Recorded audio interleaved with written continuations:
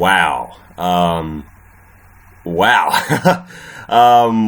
is up, everyone? My name is Jack Southall, and welcome to my WWE Survivor Series 2016 review. It's been a few hours now since the pay-per-view has gone off the air, and I'm still trying to comprehend what the fuck happened in the ending.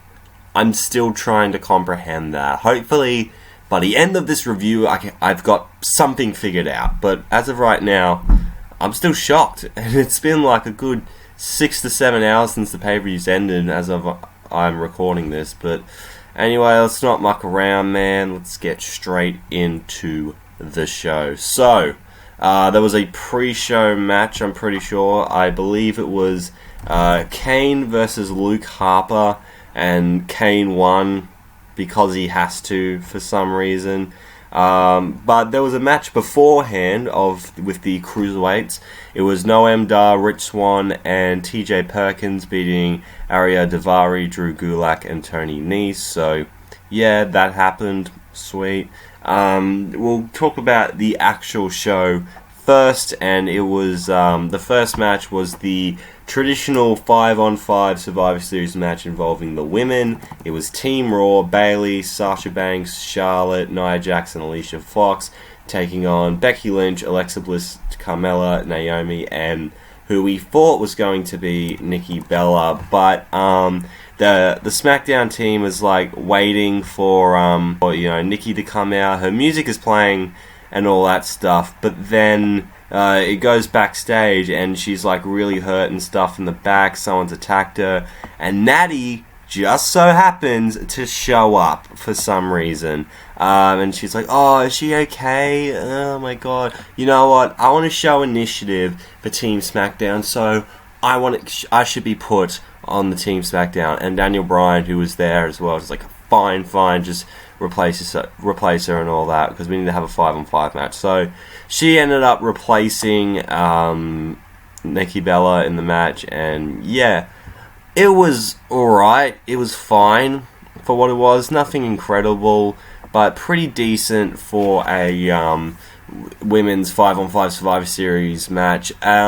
You know what? Because of this show with the whole Raw and SmackDown dynamic, I'm introducing my version of the Fashion Police. Now, because I came up with this idea because I saw Tyler Breeze and Fandango, their new gimmick is the Fashion Police. You know what? Screw that. I'm going to become a Fashion Police for this show. So I'm going to be judging each of the Survivor Series teams and the Raw vs. SmackDown matches on their attire. So for Team Raw and SmackDown, they get a pass from me. They're not going to be handed out a ticket. You know, Charlotte wore red. Everyone on Team Raw wore red, and Nia Jax wore the Raw shirt. And the same goes with everyone on SmackDown with blue. So they get a pass from me. And so pretty much Becky gets tagged in, and then Bayley gets tagged in, and it's like, oh, they're going to fight, you know, because they haven't really fought each other much. I don't think they fought each other at all on the main roster.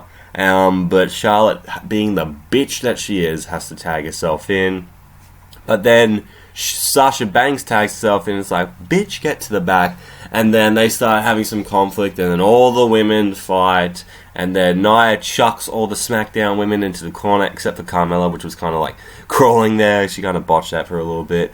But the match kept going back to normal, and Alicia Fox was the first to eliminate. She eliminated Carmella, and then Alexa Bliss eliminated Alicia Fox after the Twisted Bliss off the top. Naomi did a dive to Nia Jax on the outside, which was cool, but then Nia retaliated by throwing her onto the concrete, and she gets eliminated by a count-out. And Natty rolls up Sasha to get her eliminated after Alexa Bliss kind of distracted her a little bit, but then she ran into a running boot by Charlotte, and then she got eliminated. And then Alexa tagged herself in after Becky was getting ready to go, and you know, they squabble for a little bit, but then Nia Jax comes in and they try to double suplex her, but she ends up reversing and suplex both of them. But for some miraculous reason, Becky locks in the disarmer on Nia Jax, and she ends up tapping out. Nia Jax looked really, really good in this match, I will say. But Nia got a bit frustrated and just threw poor Becky into the barricade. And so it was down to Becky, Charlotte, and Bayley. And Charlotte kicked Alicia in the face or whatever to eliminate her. But they have a bit of a fight during the last couple minutes. And at the end, Bayley hit the Bayley to belly on Becky Lynch. And Team Raw picks up the victory. So, which I didn't have a problem with because I thought, that Team Raw would have the 2 victories in the 5-on-5 matches, and SmackDown would win all the singles matches, and so we get a big, payoff in the 5-on-5. So Charlotte and Bayley are celebrating in the ring and all that until Charlotte has to attack Bayley because she's a bitch. She's the queen of SmackDown. That's just what she does, and yeah, that was the end of that. So, decent match, I will say. It wasn't anything spectacular, but, it definitely showed what the women can do inside the ring. I think Nia Jax was definitely a standout in this. Natalya got a good pop from the crowd. Alexa Bliss was very good. But, yeah, I think this is going to be the beginning of the feud between Charlotte and Bayley. Wouldn't be surprised if they have a match for the Women's Championship at Roadblock. So, yeah, it should be interesting to see where things go for there. Hopefully, Charlotte and Bayley can have a good program with each other. And then we get James Ellsworth, the little boy from SmackDown, and he ends up getting approached by Luke Gallows and Carl Anderson, and because they're part of the club, and James is always, trying to get involved with AJ's matches, they make a bunch of stupid chin jokes until Mick Foley tells him to lay off, and James is like, oh man, I've been a fan of yours since my entire life. I remember when you got thrown off the cell and when you got speared through a table, and Mick's like, well, can you remember a time where I didn't get hurt? Oh, when you beat The Rock on Raw. That's better. And he then convinces Ellsworth, oh, you should come to Raw, man. You could be really good here. But he denies it. They kind of like, alright, it's all good. Shake hands and all that. And then James runs into his old enemy, Braun Strowman, and he asks, hey, do I know you? So, James Ellsworth, man, he's so ridiculously over, and he's just a little fucking jobber. It's absolutely ridiculous, but hey, if it works, it works. That's all I got for that. Then we get to the Intercontinental Championship match between The Miz and Sami Zayn. Of course, my fashion police sense says that this was really good. Miz was in blue, Sami was in red, so they get a pass from me. On commentary, I noticed they pretty much changed up the commentary team throughout the night, which kind of annoyed me, whatever, but we had Michael Cole, David Otunga, Byron Saxton, and JBL on commentary for this match, so it's gonna be fun from here. But the match was alright, I guess. Sami did like the flip where he gets his legs on the first rope and then flips, which was cool. There was a axe handle caught into a blue thunderbomb, which was cool.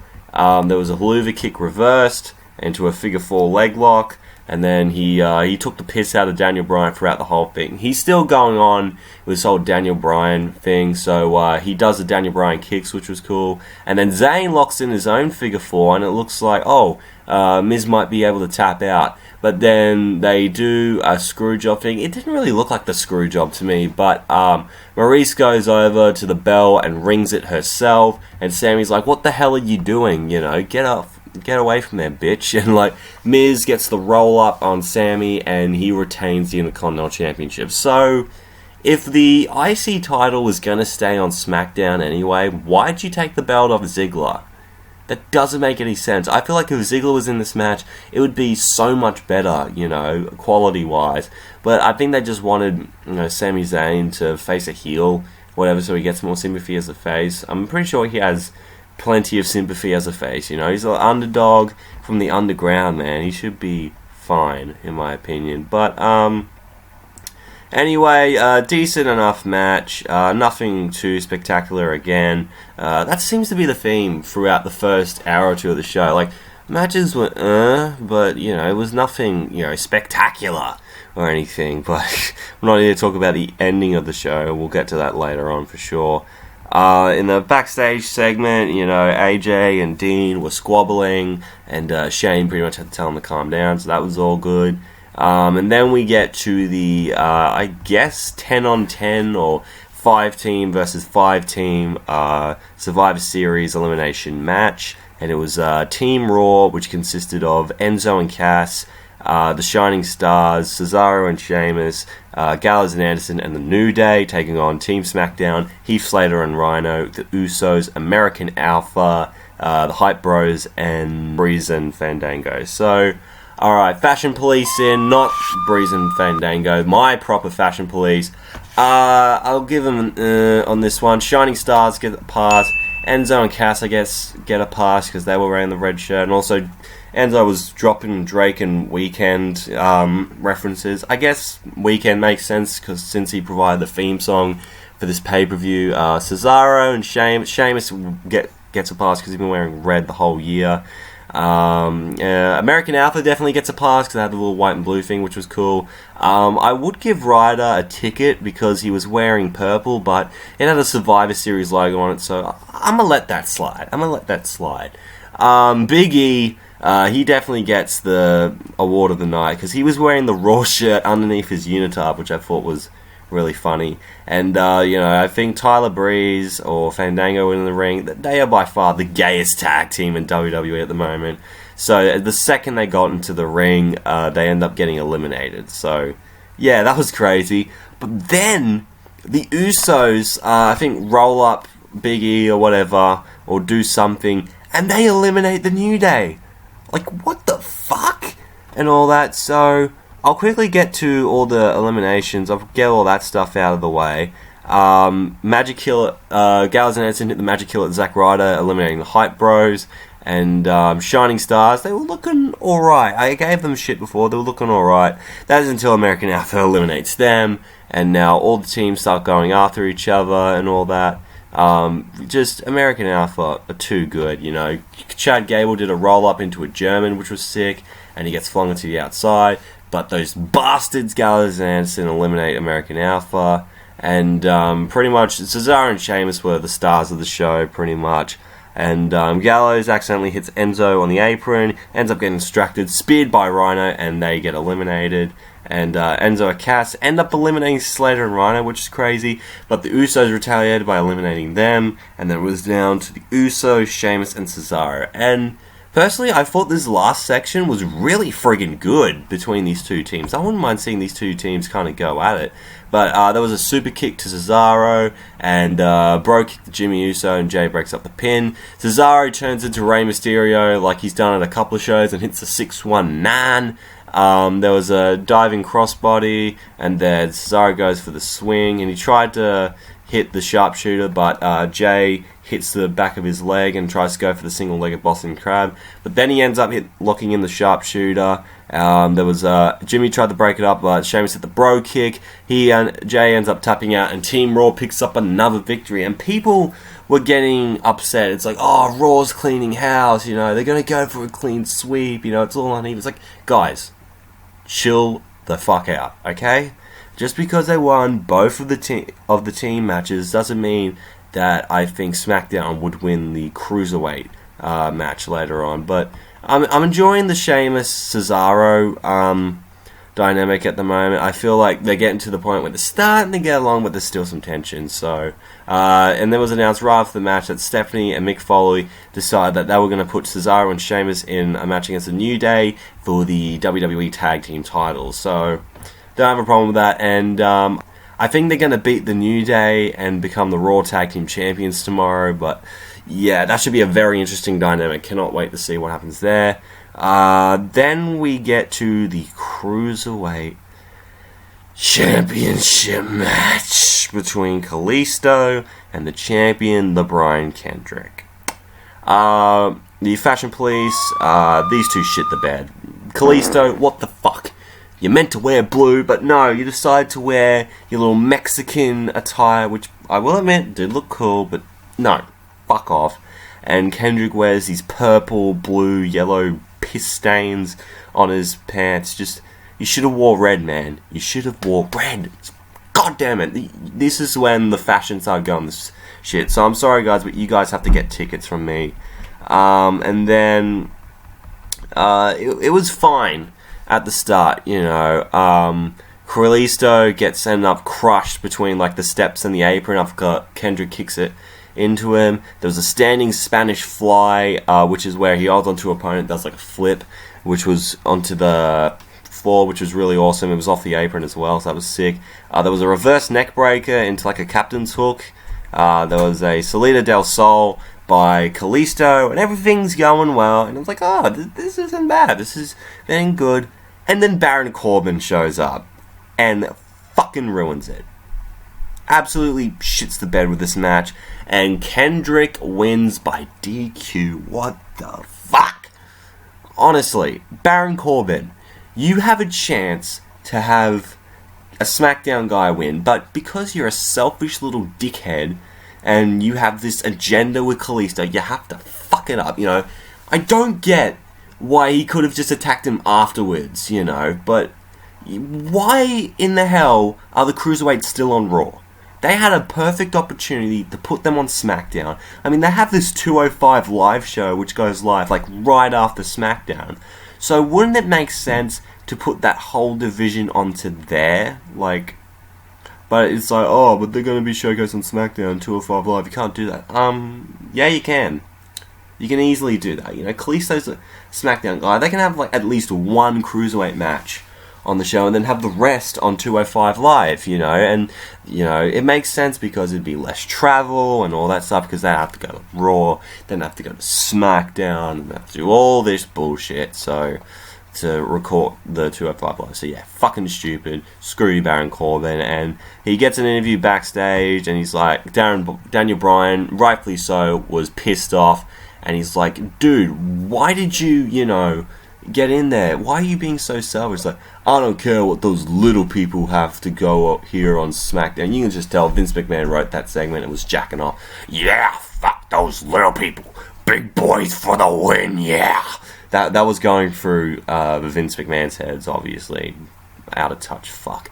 But then we get to, in my opinion, the match of the night, and that is the 5-on-5 men's Survivor Series elimination match, Team Raw, which consisted of Kevin Owens, Chris Jericho, Seth Rollins, Braun Strowman, and Roman Reigns. And on Team SmackDown, AJ Styles, Dean Ambrose, Shane McMahon, Randy Orton, and Bray Wyatt. James Ellsworth, who was the official mascot of SmackDown, one thing I noticed is he wore red trunks underneath his blue trunks, and throughout the whole match, I was convinced that Ellsworth was going to turn heel and join Raw, but spoiler for you, didn't happen. So Fashion Police, oh my god, this is where it went to shit. Are you ready for a fucking rant here? Team Raw, you all get tickets. What the fuck were you thinking? Except Owens, he was wearing the Raw shirt, but Chris Jericho didn't wear red, so he gets a ticket. Roman, you have a red vest at home, and you don't even bother to put it on. You lazy sack of shit. And you wonder why you get booed.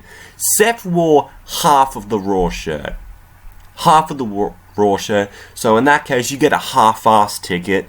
And Braun Strowman, he whipped the Raw shirt. Are you fucking retarded? Dude, showing team spirit, not. And AJ Styles and Dean Ambrose get a pass. They actually wore blue. Randy, you have blue trunks with blue designs at home, and you couldn't bother to put it on. What the shit? Bray, you were wearing a SmackDown shirt on Raw last week, and you couldn't wear it. You get a ticket, and Shane McMahon, he gets a pass because he's wearing a SmackDown-based shirt, so he gets a pass there. It's Fashion Police. I'm handing out tickets left, right, and center, guys. That was disgraceful. So Jericho and Owens, they continue the whole friends thing. Jericho tagged Rollins in frustration, and match was going alright. I find it hard to get into it at first, but eventually it picked up, and it picked up really, really well. Roman got tagged in and instantly started getting booed, and Braun was carrying like Dean the whole time to get him back in the ring, which was funny. One bit, AJ ended up getting chucked out of the ring, like thrown out literally by Braun Strowman. By the way, Braun, I'd have to say he was the MVP. He was doing some cool stuff. And then Bray Wyatt starts talking to Braun during the match, like saying stuff like, "You don't have to be part of this, man, come to me," and all that shit. And that's when and it looked like, I think someone from Raw was like, "No, don't listen to him." And he puts his hand on both guys, but he ends up throwing Jericho away and lands Bray. So thank God he didn't leave the team. But then Randy Orton hits an RKO on Braun out of nowhere on the announce table, didn't break. And then Bray and Orton put Braun on the table, and I'm like, Shane's gonna jump off. And of course, Shane McMahon, you crazy, crazy man, did the classic jump off the turnbuckle and land onto the announce table with someone on it. Classic spot. Classic spot. And Strowman is about trying to get into the ring. He's about to lose to count out. And it looks like he can't get into the ring, maybe because he's just big and bulky. But no, James Ellsworth was underneath the ring holding his legs. I thought that was fantastic. That was great. But, of course, Strowman was not too pleased about it. And he explained to everyone his frustration by throwing Ellsworth off the fucking stage onto a table, through a table. Jesus Christ. And then this bit here, this is a bit hard to talk about. We saw one of the biggest travesties in the history of wrestling. Kevin Owens grabbed Chris Jericho's list and smacked AJ in the back with it and kept beating him with it until all the pages flew out and it was destroyed. And that's how Kevin Owens gets eliminated, which is pretty stupid to begin with, but it's wrestling, guys. Wrestling can be pretty stupid. And then Jericho is just looking at his list, and he's like, "What have you done, man? You destroyed my list." And he ends up getting eliminated by Randy Orton, so I gotta feel bad for Jericho, man. Please send your praise to Jericho. He's probably going through a tough time right now, because when you lose something as precious as your list, it hurts deep inside, man. So there was a spot where Roman was in the corner and Shane McMahon is getting ready to do his coast to coast, and of course, just like I predicted, coast to coast into a spear.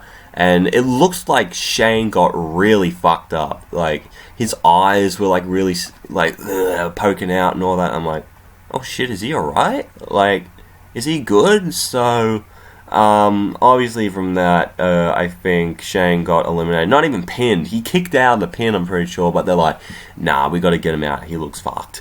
And Roman has a look at the Spanish announce table where Roman and Seth are on the outside, and it looks like they're going to put Styles on the announce table. And Dean attacks AJ because I think he got eliminated and all that. And pretty much security tries to break him up, but then, Seth and Roman start fighting against the security, and then, holy shit, big mark out moment. Dean Ambrose, Roman Reigns, and Seth Rollins, who are all babyfaces now, they hit the triple fucking power bomb on AJ Styles.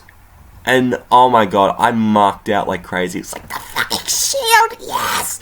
It was awesome. And I think Solomonster said something on Twitter where it's like, Undertaker may want to have a word with Ambrose on Tuesday, because Undertaker said on SmackDown, I'm going to have a word with anyone who screws over Team SmackDown. So, Taker versus Ambrose in the future, fuck yes, that'd be cool. But then it looks like Roman and Seth are still in the ring with AJ. AJ gets eliminated, I'm pretty sure. And then it's down to Orton and Wyatt. And then Luke Harper has to show his hobo-looking ass into the ring. Rollins jumps out of the air, hits the RKO on him, he gets eliminated. And I'm like, no, don't Roman be the final person. Don't cock that fist and be the Superman, man. And luckily, we didn't get that. Orton, I think, just threw himself into Roman Reigns. But miraculously, Bray Wyatt hits the Sister Abigail on Roman, and Team SmackDown gets the win. Thank God. Oh my God.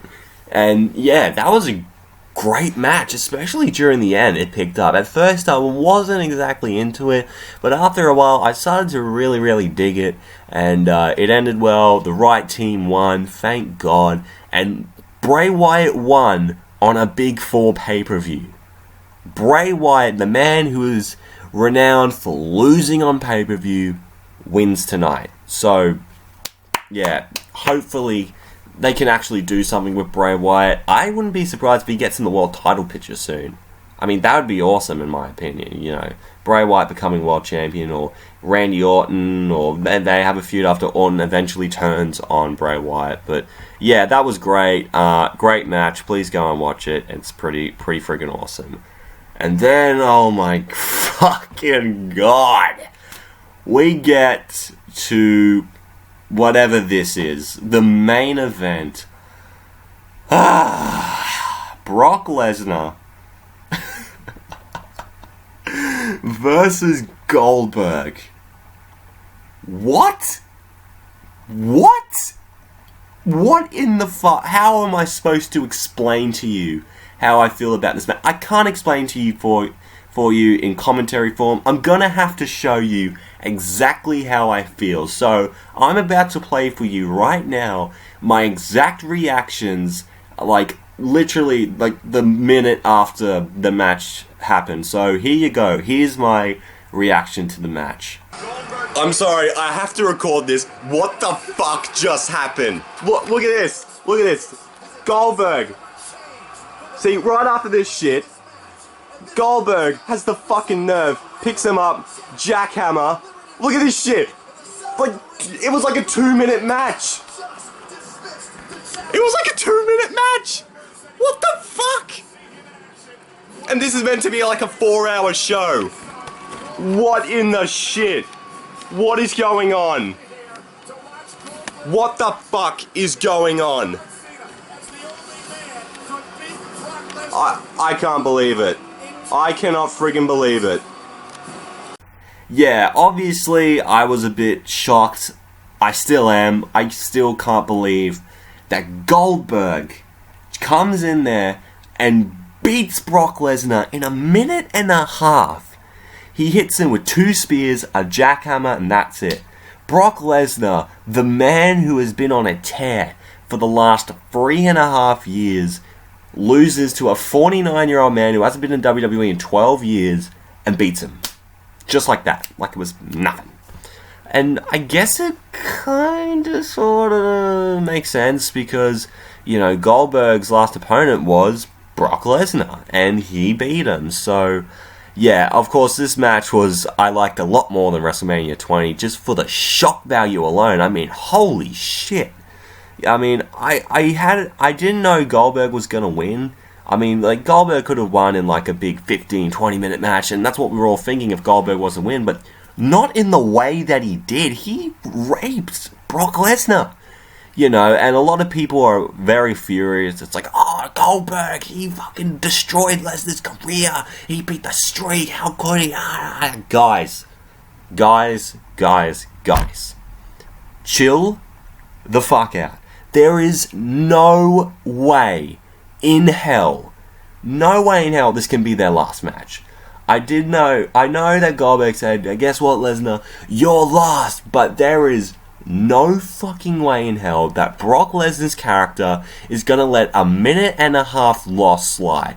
He's gonna be pissed tomorrow on Raw. I mean, furious. He's gonna be, like, remember the night after WrestleMania 31 where he lost the belt to Seth and just beats up everyone like Michael Cole and the security and all that? He's gonna do that again, but maybe even worse this time, and this will either lead to a rematch at the Royal Rumble or WrestleMania 33. Not really sure, but a rematch has to happen. There's no way this can be done story, move on. Goldberg feeds his kids and yay, plays the game. This, by the way, this whole build-up was just a promotion for 2K17. Let's be real. The promotion was, let's hope this match doesn't suck, buy our game. That was this whole show, really, and this whole match. So, yeah, this was my Survivor Series review. Match of the night for me goes to the Team Raw versus Team SmackDown men's match. I just thought it was a lot of fun, especially during the end. The Shield reuniting and Bray Wyatt winning the match for Team SmackDown I thought was great.